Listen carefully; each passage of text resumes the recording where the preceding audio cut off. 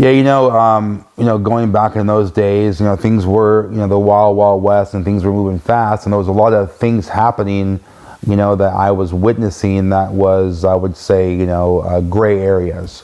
I remember a gentleman that was always trying to recruit me, would pull up next to me in one of his fancy cars and say, "Hey Keith, let's go to lunch," and then he'd say, "You drive the car."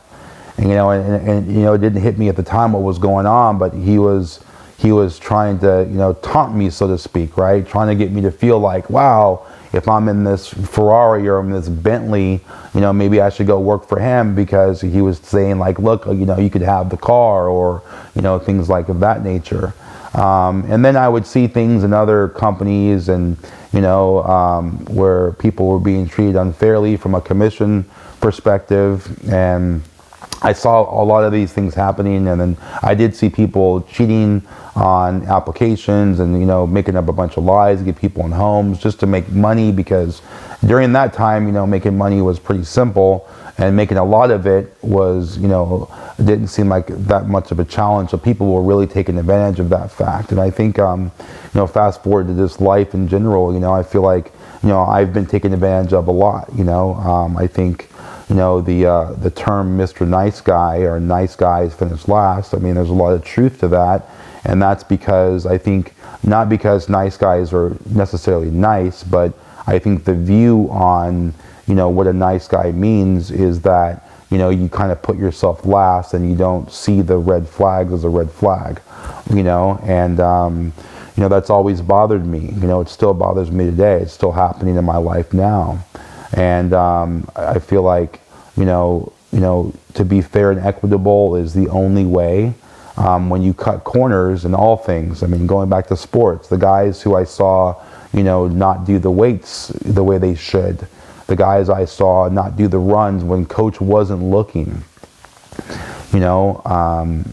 I think what happens when people aren't looking is more important than what happens when people are looking, right? Because that's where you build who you are and your foundation for what you're going to allow or not allow in your life, period, right? And so I think when I saw those people cutting corners, when I saw people taking, loan applications, I saw people having affairs and cheating on their wives, I took a stance to all that and said, look, I know who I am. I built my own foundation, and I'm going to stay true to it, and, I talked a lot to my mentor, and, sometimes I felt envious of other people. They were having more fun than me.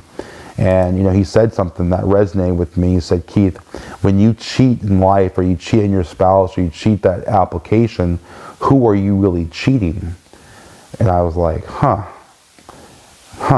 And I sat there, and he didn't say anything. I go, I'm cheating me. He goes, yeah, but if you ask those guys, they'll say they're cheating on their wife, right? And then she's never going to find out. Or they're cheating the banks, or they're cheating the government, and they're never going to find out.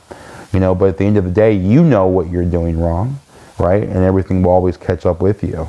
So, how do you want to live? Do you want to live cheating other people, or do you want to live cheating yourself? Because when you cheat yourself, then you give other people the opportunity to make a decision about your life and the outcome of your life.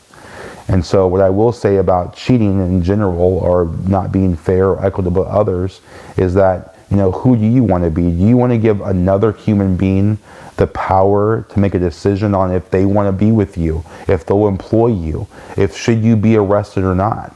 Do you really want to give that type of power to someone else? Now, I would think long and hard before you make that decision.